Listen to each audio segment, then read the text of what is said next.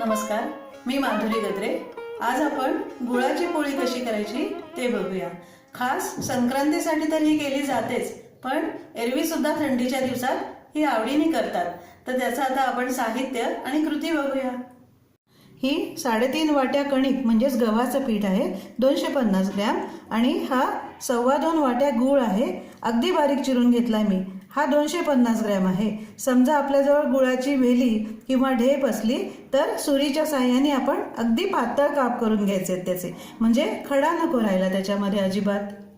नंतर हे चण्याचं डाळीचं पीठ म्हणजेच बेसन आहे 1 वाटी, 80 ग्रॅम आहे। नंतर हे तिळाचं कूट आहे अर्धी वाटी, हे 40 ग्रॅम आहे। हे तीळ व्यवस्थित भाजून घ्यायचे आणि कूट करून घ्यायचा आहे त्याचा। नंतर खसखशीची पूड आहे ही 1 टेबलस्पून, ही सुद्धा खसखस नीट भाजून घ्यायची आणि पूड करून घ्यायची आहे। नंतर वेलची पूड आहे 1 टीस्पून, मीठ लागेल थोडंसं आपल्याला, आणि तेल लागेल। ही कणिक मी परातीत काढून घेतली आहे। आता त्याच्यात थोडंसं मीठ घालते चवीपुरतं, आणि तेल घालायचं आहे आपल्याला ह्याच्यात। आता ही 3 वाट्या आहे कणिक, तर त्याच्यामध्ये आपण 3 टेबलस्पून तेल घालूया। आता हे तेल व्यवस्थित मिसळून घ्यायचं आहे आपल्याला, ह्याच्यात चोळायचं आहे त्या कणकेवर 1 मिनिटभर असं नीट। ही कणिक आपल्याला भिजवून घ्यायची आहे। आता थोडं थोडं पाणी घालते। ही पुरीपेक्षा थोडी सैल आणि आपल्या नेहमीच्या पोळीपेक्षा घट्ट भिजवायची आहे आपल्याला। भिजवून घेते व्यवस्थित। ही अशी घट्टसर हवी कणिक, हे बघा अशी, म्हणजे मग पोळी मऊ पडणार नाही। आता थोडंसं तेल घालते वर, अगदी थोडंसं, आणि थोडीशी मळून घ्यायची। आणि आता ही अर्धा तास आपल्याला झाकून ठेवायची, म्हणजे ती मुरेल। तोवर आपण आता सारण करून घेऊ गुळाचं। या कढईमध्ये 3 टेबलस्पून तेल गरम करायला ठेवले मी, आणि आता हे बेसन घालते त्याच्यामध्ये। हे आता भाजायचं आहे आपल्याला तेलावर, व्यवस्थित खमंग भाजायचं आहे। बारीकच गॅस ठेवलाय म्हणजे खाली लागणार नाही। हे थोडं कोरडं वाटतंय पीठ, तर आपण थोडं तेल घालू शकतो। हे सैलसर हवं भाजताना, तर थोडं तेल घालते, अंदाज घेऊ आपण। हे बघा खमंग झालाय भाजून, गॅस बंद करते। असा सैलपणा हवा या पिठाला, हे बघा असं। याला एकूण मला 4.5 टेबलस्पून तेल लागलंय, यामुळे गुळाला पण मऊपणा येईल आपल्या सारणाला। आता हे गार होऊ द्यायचं आहे आपल्याला। हे बेसन गार झालंय आता आपलं। आता त्याच्यात तिळाचं पूड घालते आणि खसखशीची पूड घालते, वेलची पूड घालते। मिसळून घ्यायचं व्यवस्थित ह्याच्यामध्ये सगळ्या गोष्टी, आणि आता गूळ घालते त्याच्यात।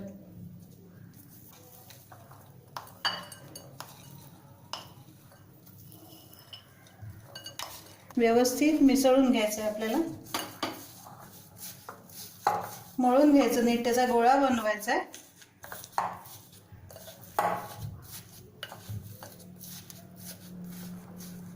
बेसन आणि गुळाचं मिश्रण एकत्र केल्यावर मी फूड प्रोसेसर त्याला फिरवून घेतलाय, त्यामुळे मऊपणा आलाय त्याला, एकसारखं झालंय। अर्धा तास झालाय। आता कणिक मुरली बघा आपली छान, आणि हे सारण पण तयार केलंय सगळ्या वस्तू एकत्र करून। तर आता कणकेचा आणि सारणाचा घट्टपणा सारखा हवा, तर ही कणिक अशी आहे, आणि सारण थोडंसं कोरडं आहे थोडं, तर आपण त्याला दुधाचा हात लावू शकतो। थोडंसं दूध घालायचं, अगदी थोडंसं अंदाजाने, आणि मिसळून घ्यायचं त्याच्यात व्यवस्थित। ही कणिक भिजवायला मला 1 वाटीपेक्षा थोडं जास्त पाणी लागलंय, अशी घट्ट झाली आहे बघा कणिक।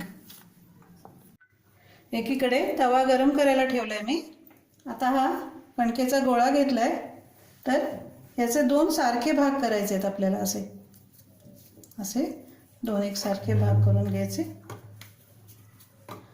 ह्या 2 पद्धतीने करता येतं आपल्याला ही पोळी. एकतर पुरणपोळीसारखी सारण भरून करता येते किंवा या पद्धतीने. तर आधी असं दाखवते. आता हे 2 छोटे गोळे केलेत ना कणकेचे, तर असं प्रमाण घ्यायचं की या एका गोळ्यापेक्षा हा आपल्या गुळाच्या सारणाचा गोळा मोठा पाहिजे. कणकेपेक्षा एका भागापेक्षा हा थोडा मोठा पाहिजे, असं लक्षात ठेवायचं आहे आपल्याला. आता याची छोटीशी पोळी लाटून घ्यायची आपल्याला, अगदी छोटीशी अशी दोन्हीची अशी. आणि याच आकाराचं हे सारण तयार करायचं. असं हातावर करू शकतो आपण, असं करायचं आणि ह्याच्यावर ठेवायचं आपल्याला एका पोळीवर. हे बघा असं काठापर्यंत न्यायचं असं, आणि ही दुसरी पोळी त्याच्यावर ठेवायची. आता बघा हे कडेपर्यंत गेलं पाहिजे असं बघायचं. म्हणजे समजा नसलं कडेपर्यंत तर मधून हे असं असं थोडं पुढे सरकवत आणायचं सारण, है ना. आता पुढचं काम म्हणजे ह्या दोन्ही पोळ्या आपल्याला जवळ आणायच्यात. अशा जवळ आणायच्या आणि थोडं फिरवायचं. बंद करायचं आहे आपल्याला. हे सारण आत गेलं पाहिजे, बाहेर नको अजिबात. त्यासाठी ह्या दोन्ही पोळ्या अशा जवळ ओढायच्या हळूच आणि छोटंसं दुमडायचं. हे असं करून घ्यायचं. हे दोन्ही भाग पोटाने ओढायचे आणि दुमडून घ्यायचं. हे बघा असं असं असं करून घेते सगळं. हे बघा असं सगळ्या बाजूनी बंद करून घेतलंय, थोडंसं दुमडलंय बारीकसं. आणि आता असं मध्ये थोडं दाबायचं असं मधल्या भागात, आणि असं ढकलत ढकलत शेवटपर्यंत आणायचं सारण. म्हणजे ते अगदी काठापर्यंत जाणार आहे शेवटचं. नाही तर कडा राहते ना, कडक होते पोळी शेवटची, त्यात गुळ नसतो. तर हे असं मध्ये थोडंसं अगदी थोडं दाबायचं आहे, जोरात नाही. आणि असं पुढपर्यंत आणायचं. असं दाबायचं आणि हळूहळू टोकापर्यंत आणायचं. असं सगळ्या बाजूने एकसारखं दाबून घ्यायचं सावकाश. आता हे पिठामध्ये बुडवून घ्यायचं आहे आपल्याला एकदा, आणि थोडंसं हाताने मोठं करायचं, थोडंसं दोन्ही बाजूने असं.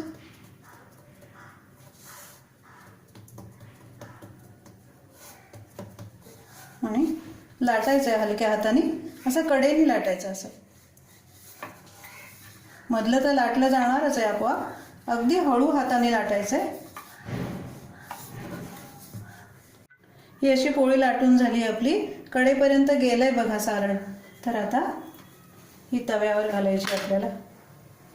गॅस मध्यम ठेवते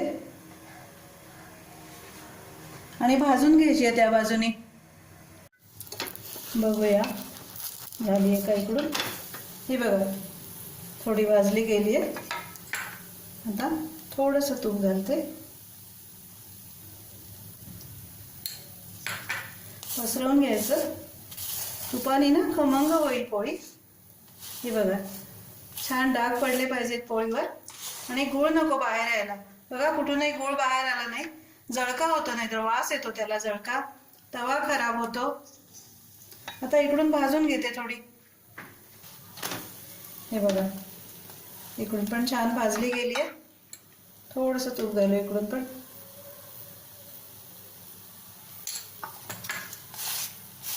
पसरवून घ्यायचं.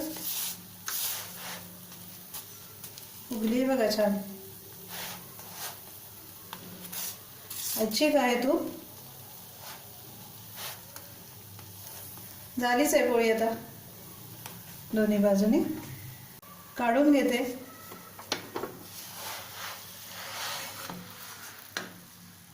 अशाच करून घेते सगळ्या. अशा या गुळाच्या पोळ्या तयार झाल्या आहेत आपल्या, खमंग झाल्या आहेत अगदी.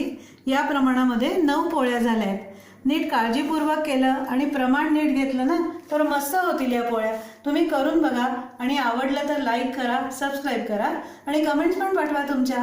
आणि तुम्ही माझा हा व्हिडिओ बघितलात त्याबद्दल धन्यवाद.